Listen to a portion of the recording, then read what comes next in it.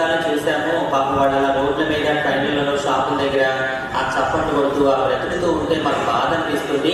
వాళ్ళు కూడా మంచిగా బ్రతకాలి, వాళ్ళు కూడా నీలాగే దేవుడు తెలుసుకొని మంచి స్థితిలో ఉండాలి, వాళ్ళు చదువుకోవాలి, వాళ్ళు ఉద్యోగాలు చేయాలి అని ఎంతమంది కోరుకుంటున్నారు, ఆశపడుతున్నారు? హల్లెలూయా.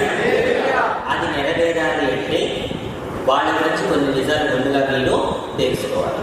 మా వాళ్ళు మారాలి అంటే వాళ్ళ గురించి కొన్ని సత్యాలు మీరు ఈరోజు గ్రహించాలి. అందుకే మా గురించి ఒక 3 నిజాలు చెప్పి నేను డైరెక్ట్ వాక్యంలోకి వెళ్ళిపోతాను.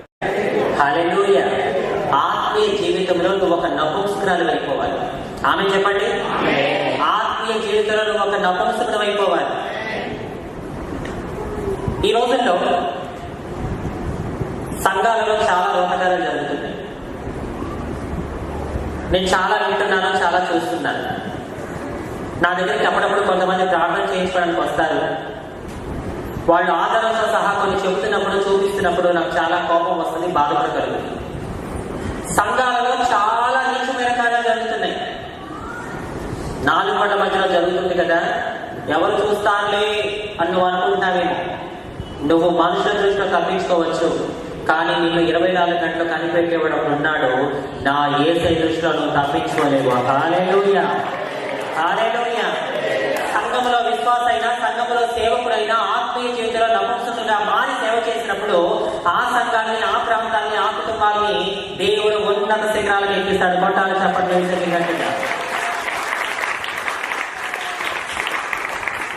మీరు అనుకుంటున్నారు, అంజలక్క నేను చాలా పరిశుద్ధురాలిని, నేను చాలా పరిశుద్ధుడిని, నేను ఆ దేశంలో ఏ పాపం చేయలేదు అనుకుంటారు కొంతమంది. ఇక్కడ మీరు మీరే సర్టిఫికేట్ ఇచ్చుకోకండి.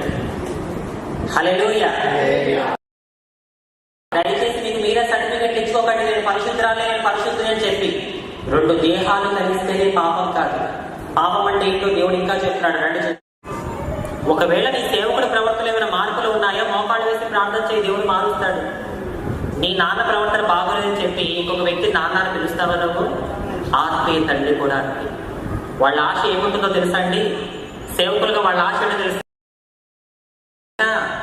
ఈ భూలోకంలో వాళ్ళు ప్రయాసపడి పరలోకం వెళ్ళిన తర్వాత మిమ్మల్ని అందరినీ యేసయ్యకి చూపించి, అయ్యా నువ్వు నాకు ఇచ్చిన బాధ్యత ప్రకారం ఇంతమందిని నేను రక్షించానని చెప్పి ఆయన ముందు గొప్పగా చెప్పుకోవాలనేది వాళ్ళ ఆశ. కొట్టాలిగా చెప్పండి. హల్లెలూయా, హల్లెలూయా. మేము మా చిన్నతనంలో నువ్వు పెద్ద భక్తిపరురాలివి, పెద్ద భక్తిపరుడు అని తెలియడానికి నీ మీద ఏదో అభిషేకం ఉందని చెప్పి నువ్వు నటించుకో మనుషుల ముందు. నువ్వు మనుషుల ముందు నటిస్తే వాళ్ళు నమ్మేస్తారు, కానీ దేవుడి ముందు నువ్వు నటించడానికి కుదరదు. నా ప్రియ సహోదరి, సహోదరుడు, యేసయ్యతో మనం కలకాలం జీవించాలి అంటే మనము కూడా ఆయన లాంటి నిష్ఠ కలిగిన పరిశుద్ధమైన జీవితాన్ని మనము జీవించాలి. ఒక్క మాటలో చెప్పాలి అంటే బాప్తీసం ఇచ్చి ఏ విధంగా అయితే బాప్తీసం యోహాను ఏ విధంగా అయితే బ్రతికి చూపించాడో ఆ విధంగా బ్రతికి చూపించాలి మనం. హల్లెలూయా. ఇక నుంచైనా పాపాన్ని విడిచిపెట్టి నువ్వు గనక దేవుడి కోసం పరిశుద్ధంగా బ్రతికావా, నీ ద్వారా దేవుడు నీ కుటుంబాన్ని దీవించును గాక, నీ ద్వారా దేవుడు నీ సంఘాన్ని ఆశీర్వదించును గాక. ఉల్లాసముగా చప్పట్లు కొడుతుంది అని ప్రతి ఒక్కరు కూడా దేవుడు చేతిలో బాణలుగా చేయబోతున్నాడు.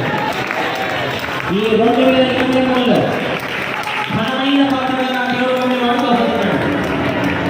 పశ్చాత్తాపంతో దేవుడిని ఒప్పుకుంటారు. ఈ పాపాలు నీ చూపులో పరిశుద్ధంగా ఉండాలి, పాత్రలో పరిశుద్ధంగా ఉండాలి, నీ ఆలోచనలో కూడా పరిశుద్ధంగా ఉండాలి.